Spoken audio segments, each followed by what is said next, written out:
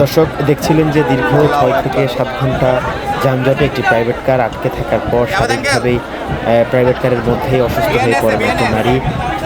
সেই পরিস্থিতি জানতে পেরে সেনাবাহিনীর সদস্যরা আন্দোলনরত যারা শিক্ষার্থী রয়েছেন তাদের সঙ্গে কথা বলে শিক্ষার্থীরা পথ ছেড়ে দেন এবং নারীকে দ্রুত হাসপাতালে নেওয়ার ব্যবস্থা করেন সেনাবাহিনী।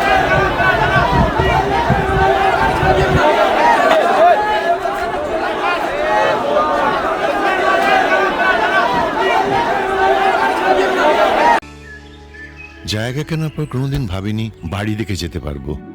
বাবা, তুমি করেছো জমি আর আমি করলাম বাড়ি, এখন থাকবে তোমার নাতি। বসুন্ধরা সিমেন্টের দৃঢ় গাঁথুনি গড়েছে 3 প্রজন্মের এক ঠিকানা। শক্তির মানদণ্ডে উত্তীর্ণ বসুন্ধরা সিমেন্ট। বসুন্ধরা সিমেন্ট, প্রজন্মের বন্ধন।